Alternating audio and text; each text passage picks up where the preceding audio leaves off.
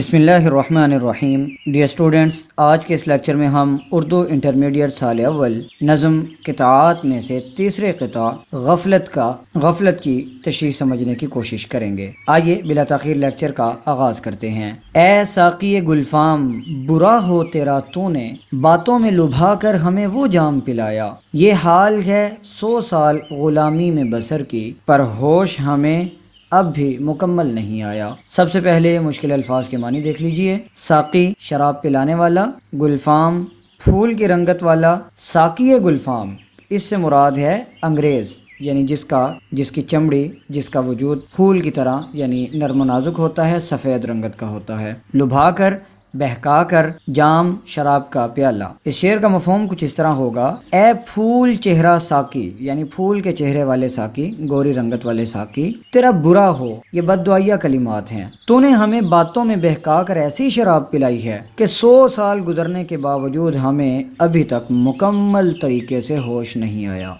आइए अब तशरीह तलब निकात पर बात करते हैं। डियर स्टूडेंट्स, तशरीह तलब क़िता में महमूद सरहदी ने अलामती अंदाज़ इख्तियार किया है और साक़ी गुलफ़ाम से अंग्रेज़ मुराद लिया है। महमूद सरहदी ने मुसलमानों पर उनकी गफलत की बुनियाद पर बड़ी कड़ी तनकीद की है। कहते हैं कि अंग्रेज़ हुक्मरान जिन्होंने धोखे और फ़रेब से मुसलमानों से आज़ादी और मुल्क छीना था, उसने इन पर तकरीबन 100 साल तक हुकूमत की। इस दौरान उन्होंने बातों बातों में हमारे दिल लुभा कर हमें शराब का ऐसा जाम पिलाया कि जिसका नशा अब तक उतरने का नाम नहीं लेता।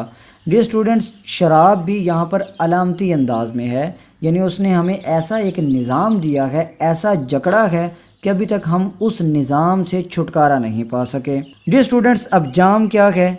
जाम से मुराद ऐसी तालीम, ऐसे तसव्वुरात हैं जिनकी वजह से हम बदस्तूर यानी अभी तक ग़ुलाम के ग़ुलाम ही हैं। जैसा कि अल्लामा इकबाल रहमतुल्लाह अलैह का शेर है कि वाए नाकामी मताए कारवां जाता रहा, कारवां के दिल से एहसासे ज़ियां जाता रहा। यानी हमारी कितनी बदबख्ती और नाकामी है कि हमारे हाथ से हमारी मता यानी हमारा जो असल सरमाया था, इस्लामी सरमाया था, तालीमी सरमाया था या साइंसी सरमाया था, वो हमारे हाथ से चला गया। उससे भी बड़ी नादानी, कमअक्ली और बेवकूफ़ी ये है कि हमारे दिल में इस नुकसान का एहसास तक नहीं पैदा हुआ कि हम उस तरक्की को, अपने आबाओ अजदाद के उस तौर तरीके को, उस बुलंदी और उरूज को वापस लाने की कोशिश करें। ऐसा भी नहीं है। तो बज़ाहिर तो हम 1947 में आज़ाद हो गए और हमारा वतन अज़ीज़ दुनिया की जोग्राफिया पर एक आज़ाद मुल्क की हैसियत से नुमायाँ हो गया, लेकिन हकीकत में हम अभी तक तहज़ीब मग़रिब के ग़ुलाम हैं। अंग्रेज़ी तहज़ीब व तमद्दुन में इस तरह जकड़े गए हैं कि अपनी रिवायात ही भूल गए हैं।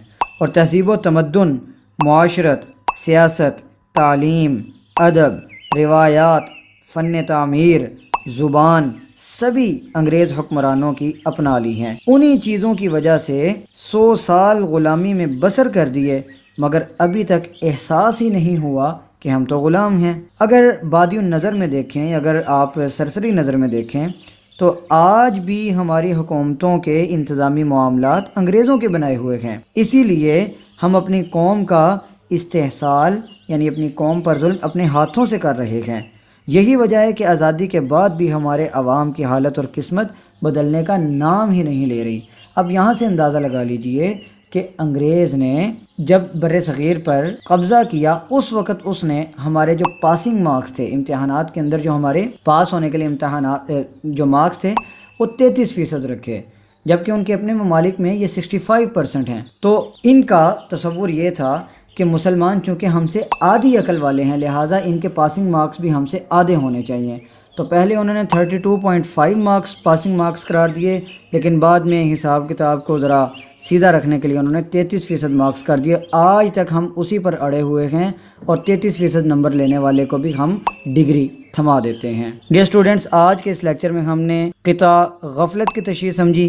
अगले लेक्चर में इंशाल्लाह हम आखिरी क़िता रेडियो की तशरीह समझने की कोशिश करेंगे। तब तक के लिए इजाज़त दीजिए, अपना ख़याल रखिएगा। अल्लाह हाफ़िज़।